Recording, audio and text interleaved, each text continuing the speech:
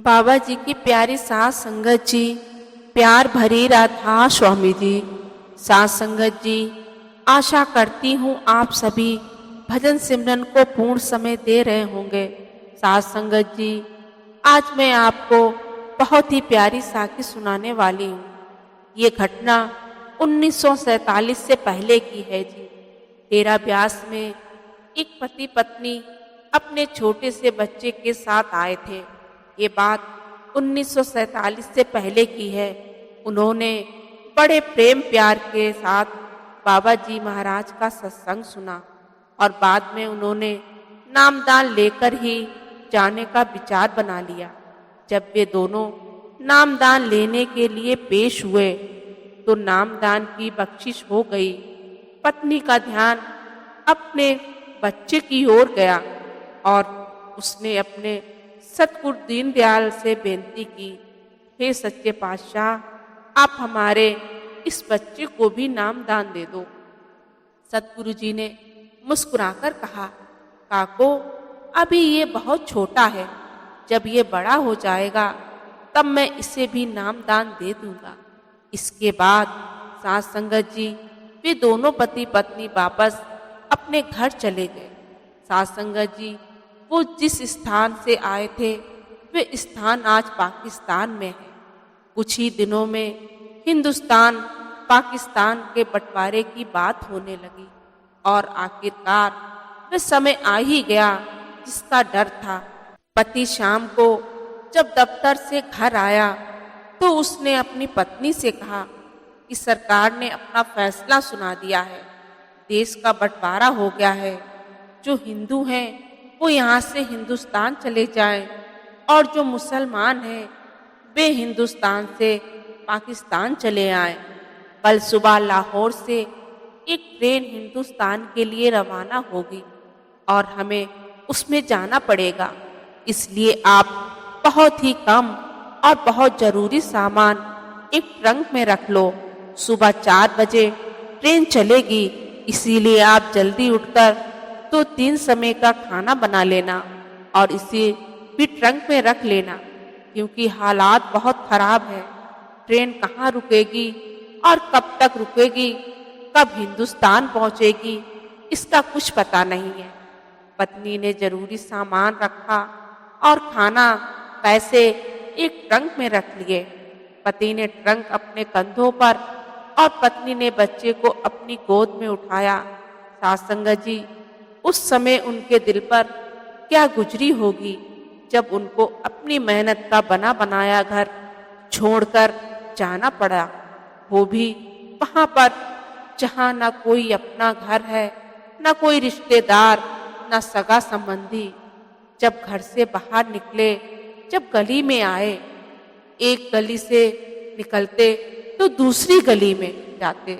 रास्ते में चोर लुटेरों ने पहरा बना रखा था, जिससे जो भी सामान मिले उससे वे लोग छीन लेते थे और उसे जान से मार देते थे। दूर बैठे लुटेरों ने जब इन्हें आते देखा तो शोर मचा दिया, कहा, वो देखो वे लोग उधर जा रहे हैं, इनके पास जो कुछ भी है सब लूट लो और इन्हें जान से मार दो।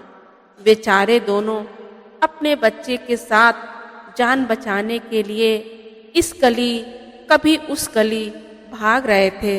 हर तरफ से यही आवाज आ रही थी, छीनो, पकड़ो, मारो। वे दोनों भाग रहे थे कि तभी पति के अचानक ठोकर लगी और वो ट्रंक सहित नीचे गिर गया। पति ट्रंक को उठाने की कोशिश कर ही रहा था कि पीछे से आवाज आई, पकड़ो, मारो।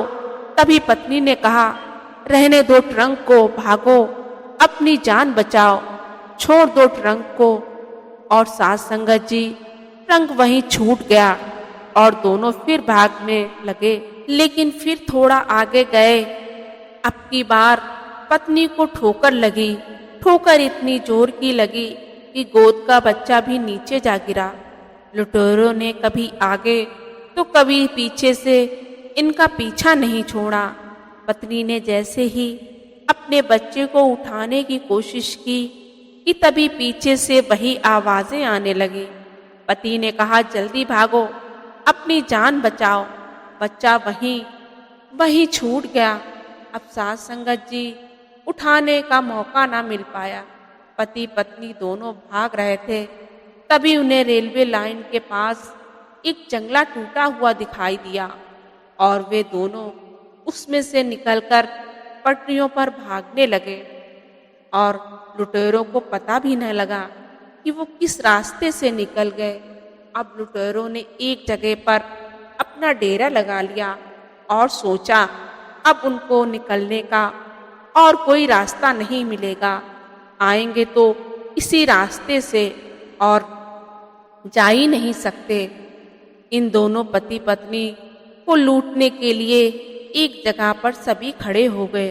उधर दोनों पति पत्नी रेलवे लाइन से होते हुए सीधे रेलवे स्टेशन पहुंचे, जहां पर आर्मी की फौज थी, इसलिए वहां पर डर नहीं था।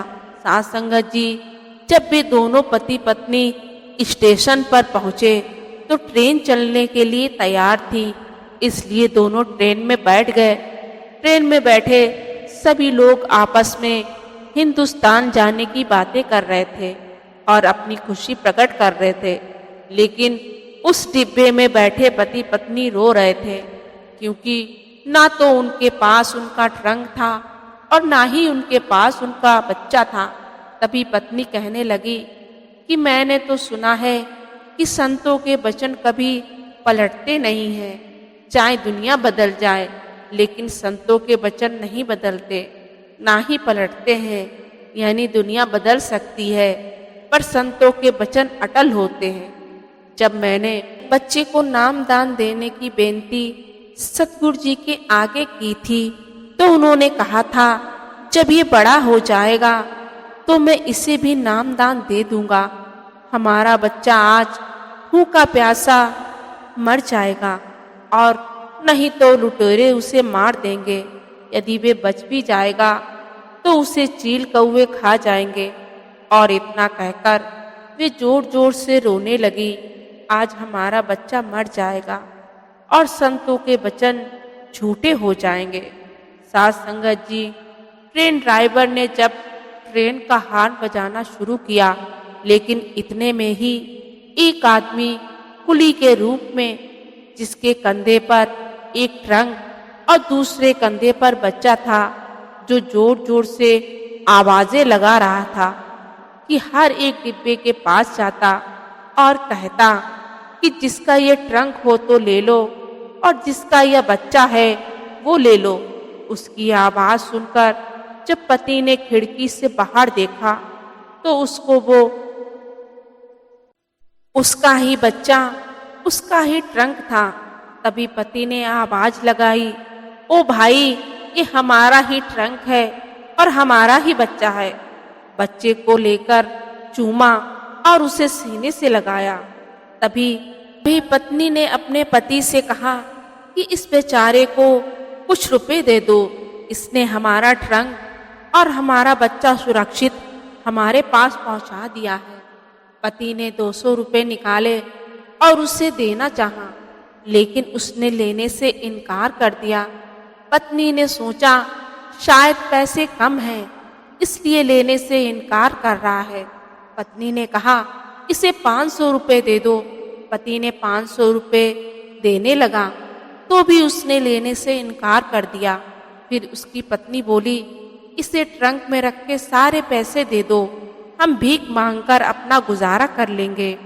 पति ने सारे रुपए ट्रंक से निकाले और उसे देने लगा तो भी उस आदमी ने रुपए लेने से इनकार कर दिया और कहने लगा, बाबूजी, इस ट्रंक में रखे पैसे बार बार आप पैसे निकालकर देना चाह रहे हो। यदि मुझे पैसे ही लेने होते तो ट्रंक पहले से ही मेरे पास था तो मैं ले लेता। मैं पैसे लेने के लिए आपका ट्रंक और आपका बच्चा लेकर नहीं आया। बातचीत के दौरान पति पत्नी का ध्यान आदमी के कुर्ते पर गया तो क्या देखा, कुर्ते का एक कंधा फटा हुआ है जिसमें से खून निकल रहा है और दूसरे कंधे पर बच्चे के मल मूत्र से गंदा हो चुका था, क्योंकि बच्चा गिरने की वजह से डर गया था और उसने कंधे पर ही मल मूत्र त्याग दिया। दोनों पति पत्नी कहने लगे, आप ऐसी हालत में भी बच्चा और ट्रंक लेकर आए हैं, आप सारे पैसे रख लो। तभी वे आदमी बोला, देखो काको, मैं पैसे लेने के लिए नहीं आया हूँ, मैं तो इसलिए आया हूँ कहीं आपका विश्वास टूट न जाए और आप कहोगे कि संतों का वचन सच नहीं होता। आज इस बच्चे को आपके पास नहीं पहुंचाता तो आज आपका विश्वास संतों के वचन से उठ जाता। मैं तो इसीलिए आया हूँ कि संतों का वचन अटल होता है। इतनी बात सुनते ही ट्रेन चल दी और ट्रेन ने अपनी रफ्तार पकड़ ली। जब पति पत्नी ने खिड़की के बाहर देखा तो उन्हें रेलवे स्टेशन पर कोई दिखाई नहीं दिया। दोनों पति पत्नी आंखों में आंसू की धारा बहती जा रही थी। संगत जी जो रुकने का नाम नहीं ले रही थी। आपस में दोनों बातचीत के दौरान पत्नी कहने लगी कि जिस दिन हमने नामदान के समय इस बच्चे को नामदान देने की बेनती की थी, उस दिन भी सतगुरु जी ने मुझे काको कहकर ही बुलाया था। आज हमारा विश्वास उठ रहा था कि हमने सत्संग में सुना था कि संतों के वचन पलटते नहीं हैं। आज उनका वचन झूठा हो रहा था और हमारा विश्वास भी ढोल रहा था। इसलिए संतों का वचन झूठा ना हो और विश्वास बना रहे, इसी मकसद से सतगुरु को अपना रूप बदलकर आना पड़ा। संगत जी सुनी सुनाई बात पर इंसान थोड़ी सी मुसीबत आ जाने पर अपने सतगुरु पर से अपना विश्वास उठा लेता है। संगत जी और विश्वास डगमगाने लगता है। संत मत करनी का मार्ग है, कथनी का नहीं। संतों ने जो कुछ भी समझाते हैं वे उनका अपना अनुभव होता है, कोई सुनी सुनाई बातें नहीं होती हैं। तभी तो संत कबीर साहिब कहते हैं कि तू कहता है कागज की लेखी, मैं कहता हूँ आंखों की देखी। तो साथ संगत जी संतों के बताए रास्ते पर चलो और अपनी ही आंखों से अपने ही अंदर उस कुल मालिक के दर्शन करो जो हमारे अंदर है और कितनी बेसब्री से हमारा इंतजार कर रहा है। जीवन अनमोल है, इसलिए भजन सिमरन करते रहो। इसी के साथ मैं आपसे विदा लेती हूँ। मिलते हैं एक और नई रूहानी साखी के साथ। गुरु प्यारी साथ संगत जी, राधा स्वामी।